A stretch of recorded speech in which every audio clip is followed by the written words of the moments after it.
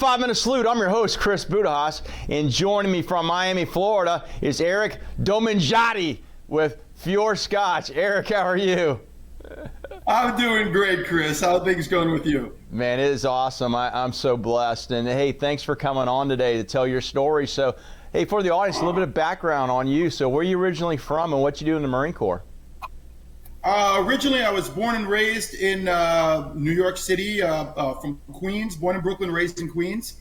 I spent 20 years in the Marine Corps, serving as an assault amphibian officer. Yep. For those of you what that is, it's kind of like an amphibious, mechanized, and motorized and dismounted infantry for 20 years of my life. So, you know, real proud to have done it, real proud to have served.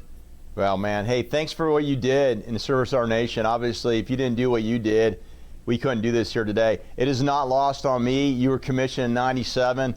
You really served like I did during the hard years of Iraq and Afghanistan. So, you know, thank you for your courage and what you did to lead your Marines over in MNF West. So I really appreciate it. Now let's get down to FIOR Scotch. Tell us about who is FIOR Scotch and what do you do? Okay, I'm actually, believe it or not, the creator, the CEO, the founder of FIOR Scotch. It's the first and only veteran-owned Scotch. It is a Highland and Speyside blend. We created this as nothing more than a infinity bottle or a legacy bottle that was never, ever supposed to have left my house. It was supposed to be for my friends, my Marines. One sailor, he's a submariner. It was supposed to be for my buddies that, you know, we get together on the weekends. We smoke cigars and we barbecue. And I have a background in the culinary arts. I'm a chef. I make my own wine. I make my own beer. I make my own sausage, ice cream. And then one day I kind of fell in love with Scotch. And I just started, you know, tasting, finding samples from all the different regions, Campbelltowns, Highlands, et cetera, et cetera. And it became a bug and it became a passion. And, you know, out of a complete fluke, several years later, here I am, 6 awards later, you know. Wow. Never thought I'd be here. Yeah, it means a lot. I honestly can't believe that I actually have my own Scotch sometimes. Man, that is awesome. I mean, there's a lot to unpack there, so I want to kind of get into that a little bit. I mean, you were a Marine officer, a combat arms, you know, officer, if you will, and you really recreated yourself in your post-military journey to do something that's totally different. Though you're still providing leadership, you're still providing strategic vision, you're doing a lot of those things that the military honed as part of your service. You pulled it forward to create a successful business. So, hey, for those military, either veterans or in the service right now, kind of looking at this video going, man, how the heck did Eric do it? Like what's your 2 to 3 points of advice you would give them if they think like, hey, if Eric can do it, I would really love to do it, but what was the secret sauce? What are those 2 to 3 things that you would pass on to them as advice? All right. Number one is get out of your comfort zone. And we're used to that as Marines. In fact, we're so used to being comfortable that we're comfortable with discomfort. You see a lot of Marines or, you know, service members who after a 20-year, 30-year career, they wind up, you know, hey, I'm going to take a job as a contractor in Iraq or Afghanistan. People are like, what? Well, yeah, because that's normal for us. That's really, really, really normal. So to just throw on a different uniform and go to the middle of nowhere and do the same job we did before for the past 20 or 30 years, even though it's grueling and challenging, is the norm for us. So step out of that box and follow your childhood dream. There's lots of people that are general officers or, you know, senior executives, and they've kind of gotten comfortable with what they've been many years, and they're making great money, don't get me wrong. Yeah. But what about that childhood dream you had to be a chef or to be an artist or a sculptor? I have tons of Marines right now who make tables, and they're singers and they write songs, sculptors, and they make they're, you know, smiths. So that's one. Follow that passion, follow your dream, break out of your comfort zone. I could clump that into one. Yeah.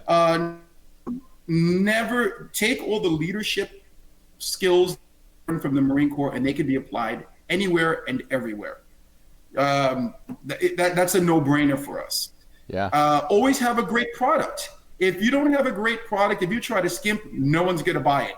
If you are not proud of what you produce, no one's going to give a squat about it.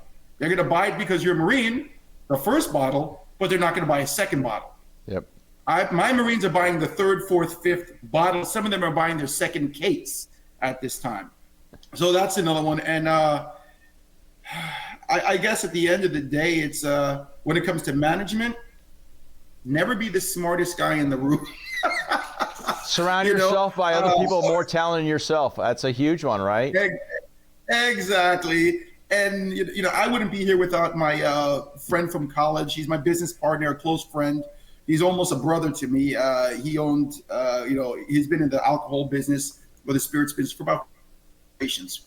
I would not, Jim Landis, he used to own Hypnotic, and his father owned this, that, the other thing. It's been around forever, his family. And he knows the business, and I don't. I can make a great product. Relied on him for his business savvy. I would not be here without him because in that aspect, he's smarter than me. And I'm humble enough to admit that. That's great, man. I love everything you said. Kind of encapsulate a lot is like, you got the skills, bet on yourself, be willing to put the calories in, go find talented folks, get out of your comfort zone, because like myself, I've got 3 mentors that are not, they have 0 military experience. And that was done on purpose because I wanted to force myself to learn business, speak business, be in the room, understand what everybody else is saying, and vice versa. Because as I tell some of my military friends, as you have known with veterans, like, you got to learn to speak their language, not acronym soup that we use in the military. So Eric, how do folks find FIOR Scotch? One, we're located in several states right now and opening in others. So you can find us in the New York, New Jersey area. You can find us in Texas, Georgia, South Carolina. I'm going to be in DC next week promoting my Scotch. That's DC, Maryland area. We'll be available eventually, I believe, in Connecticut, Delaware, and it's right around the corner. I probably missed 1 or 2. Also, you can go to our website and order online if we're not available in your state or your city. That's www.FIORScotch.com. That's Fox India Oscar Romeo Scotch.com. If you don't know how to spell Scotch, you're probably not old enough to know how to drink. So www.FIORScotch.com. Or if you're a friend of mine or just a Marine driving through the neighborhood, you can always drive by my place. I'll always have a steak marinating or in the fridge, and I'll always have a bottle of Scotch laying around. So you're always welcome at my house. That's awesome. Hey, Eric, thanks for your story. It's inspirational. You got a lot in there that we're going to have to unpack more. I'm going to invite you back on later in the spring to talk about your expansion and some more lessons learned. You're an inspiration for others that are out there, as veterans, and then really non-veterans that go, hey, I can recreate myself to do what my passion is. However common, like I told people, you never want to sell something nobody wants to buy, which you already mentioned. You got to have a great product that you're willing to put your name behind. And with FIOR Scotch, you've already put your name behind it. And then it's not lost on me where you're at geographically, that space you've moved in fairly quickly. You're thriving, not surviving. So congratulations in a very competitive market. Thank you very much. All right, brother. If I may give one more parting shot. Yeah, please. If I give one more parting shot, I do donate to Operation Gratitude. They took care of me on 3+ deployments. The woman, Carolyn Blashik, her son became a Marine, believe it or not. I think it was a captain or a major. So they took care of me. So the only proper thing to do is to take care of her. So I donated a check to her not long ago for about $10,000 as a big thank you from my Marines and just about every service and first responder that she's taken care of. So, Eric, thanks for that plug for them, and then thanks for what you're doing.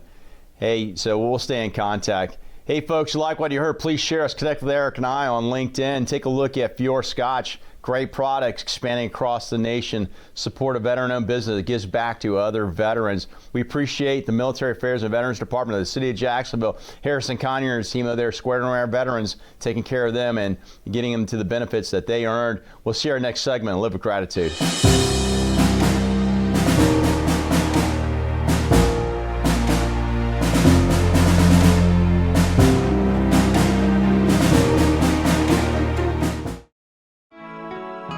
When they leave us for battle, we await their return. When their embrace is gone, we imagine them with us. Some don't come back. We grieve. Some come back hurting.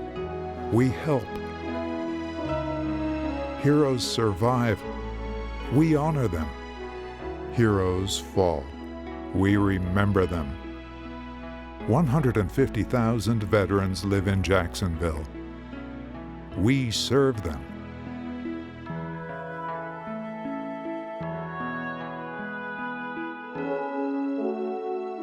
We're the Military Affairs and Veterans Department, City of Jacksonville. Because of them, our light never dims.